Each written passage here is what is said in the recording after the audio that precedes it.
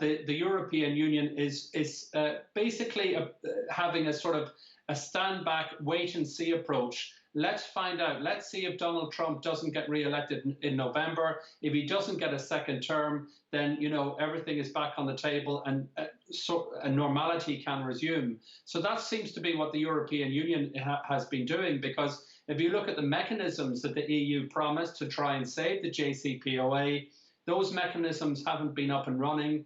The EU has not compensated for the United States withdrawal from this historic Iran nuclear deal. And so now what they're doing is they're saying, well, look, time is running out for Donald Trump. They genuinely hope that time is running out for him. And they're just standing back to see what happens next. Jerome and Tony, I noticed you've been waiting for quite some time to get this news review cracking up. I want to welcome you to the program, Mr. Tony Gosling. Your initial thoughts, please. Well, look, if they're waiting for Donald Trump not to get re-elected, well, they may be waiting in vain, mightn't they? The fact is that the European Union's got to act. It's no point in just talking and talking without doing anything. And I mean, we've seen the US sanctions around the world against Iran, which are really the end of this 2015 nuclear deal, the JCPOA, having an enormous effect. In fact, basically a chilling effect on all the companies all over the world are now thinking, gosh, if I trade with Iran, I'm going to get in trouble and I'm going to get sanctioned. I might get my chief executive or chief financial officer arrested, as has happened to Meng Wanzhou from Huawei over in Canada. The United States is basically being the bullies of the world, a bit like the British used to be when in the days of empire. And this is a real, I mean, it's a very important agreement. The reason why is it was designed to stop a war, a potential nuclear war between Iran and Israel. And the fact that the Americans have pulled the plug now means that that war is more possible and more likely. Now, look, sanctions are also very important as a warfare method, because what they do is it makes it that, I mean, this is why the Israelis are so happy that the sanctions are up again and the JCPOA has been effectively torn up.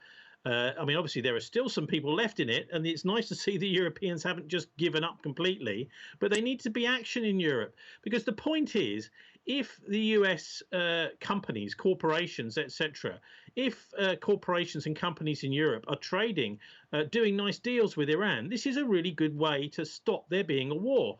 Because if there is a war, if there is a smaller war in the Middle East, many of these companies and countries will be looking at it and saying, well, we don't want this war, Israel, because it's going to damage our income and it's going to damage our finances. Now, the fact that there is sanctions means it's much more likely that a war will happen and that the Europeans will either turn the other way, come out with loads of mealy-mouthed words and no action as usual, and the same with the United States. That's why this deal is so important. Thank you, Tony. And Jerome, my next question to you. We've seen the kind of demands the Europeans have put on Iran's nuclear program. Tehran is saying they've been excessive. I mean, have they even been paralleled in history? Have we ever seen, a nuclear program under such scrutiny before? Well, look, the European Union really follows the foreign policy of the United States. We see that in terms of not only Iran, but many other countries as well. But the thing is, the EU actually, I believe, considers, if I speak to senior officials here in Brussels in the European Commission, they actually consider Iran to be a good actor. They use this word actor, but it's a good actor in terms of the context of the JCPOA, that it did uphold its end of the bargain, so to speak. And it really was Donald Trump unilaterally making the decision to pull the United States out of the Iran nuclear deal that created all the problems, because Iran was doing all that it could to comply with all the conditions, and then it started to row back from its commitments, but it didn't fully pull out of the deal at all, even though it probably would have been much the easier thing to do. And all the provocations that the United States has imposed on Iran ever since, in terms of the maximum pressure, in terms of trying to provoke Iran in all sorts of ways, and you can say maybe that's Donald Trump, but it's more likely perhaps or certainly a large extent, the people that surround him, the war hawks in Washington. And yet Iran has managed to stay the course. And so actually, in all of this, and on an international stage, Obviously, certainly with Russia and China recognize it, but even beyond that, internationally, I think the world sees that actually it's the United States that is completely unreasonable, and it's Iran that has been provoked, and the provocations against Iran, and yet Tehran has not actually fallen for it. Iran hasn't taken the bait and actually, you know, really gone to town. It could have really gone out of control many times, as we know, in recent years since Donald Trump came into power, and yet it hasn't, and that is down solely to the powers that be in Iran. And Tony, when you're going to make these kind of excessive demands of a nation, especially when you're under contract with them, why not? What happened to give a little, give it a little diplomacy? Because it's not like it wouldn't be a sign of goodwill. It's under the contract that Iran was to benefit. Lip service, like saying, "Oh, what Washington did was wrong. This unilateral pullout was wrong. We're not going to follow suit with, and we're going to try to set up some kind of a payment mechanism so Iran can still trade, with countries and basically circumvent these banking sanctions that it has on it." I mean, and to Jerome's point, calling it a good actor, that's great. It sounds more like Tom Hanks than Iran. But what is that? That doesn't really pay the bills, does it? You know, saying good things and praising Iran's commitment to the JCPOA, calling it a good actor, what does it do for Tehran's economy?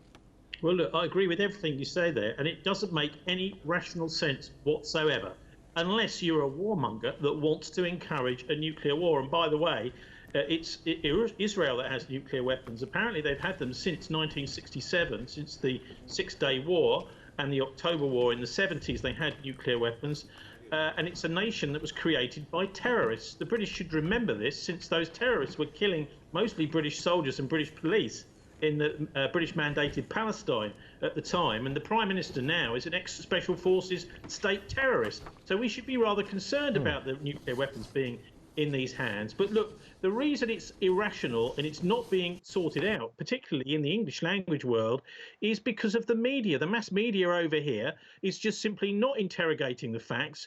You know, the former UN weapons inspector, Scott Ritter, he has explained exactly what's going on here, and he can see you see, the mass media isn't listening to him because it's the wrong story. They want the story Iran bad, Israel good, because they want us on side. If there is a war, they want us on Israel's side.